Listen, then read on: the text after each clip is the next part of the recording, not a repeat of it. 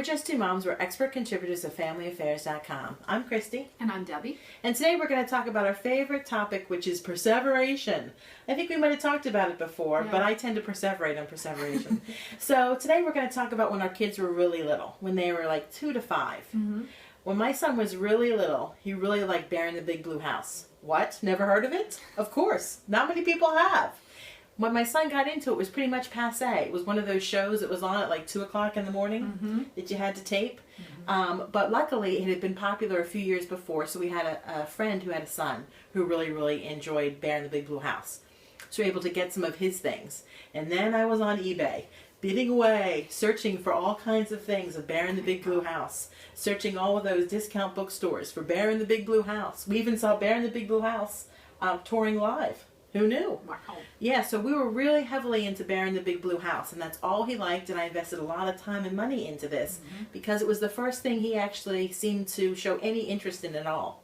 So that was important for us. Debbie? Yeah, and for us, Jordan went through so many different perseverations, but at an early age, what made him really happy was not only listening to classical music, which was his first perseveration that we found, which was unusual, all the different greats, Italian opera greats, but he also took a liking to action figures, which is a socially appropriate boy thing at the time. But, you know, when they start with action figures, just like Matchbox cars, which he really perseverated over too, they actually have that thing on Matchbox cars saying not for children under 3. Well, he liked them before he was 3. So we kind of broke the rules because we said, okay, what are the chances of those wheels going in his mouth and going down his throat, you know, at that point at 2? You know, we really monitored him, but then you go on to the action figures and they have hands that can break off and swords that come off and all of these things. All those little pieces, all the extra, they have a gun or a bomb and then or a you use hat. them and they go in the vacuum bag and you name it.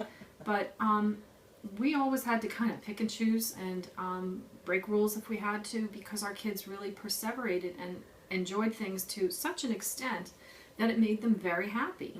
So, you know, it's all a balance, trying to figure it out as you're going. Right. So I think the moral of the story is really whatever your kid's perseveration is, really go with it. We once did a parents group, right? And we were talking about perseverations. And we had them go around and talk what the perseveration was if they wanted to share. And one person said, my kid is really into lawnmowers. And from the back we heard, riding or push. Right? It was perfect because we connected 2 people who had kids that were young adults at that point who were both into push lawnmowers. As particular John Deere, right? John Deere, I They were John Deere. They were like brand only too. It was really very interesting. Right. So whatever your kid is into, see if you can feed into that. That's another way to bring them out of their shell and communicate with them further. Absolutely.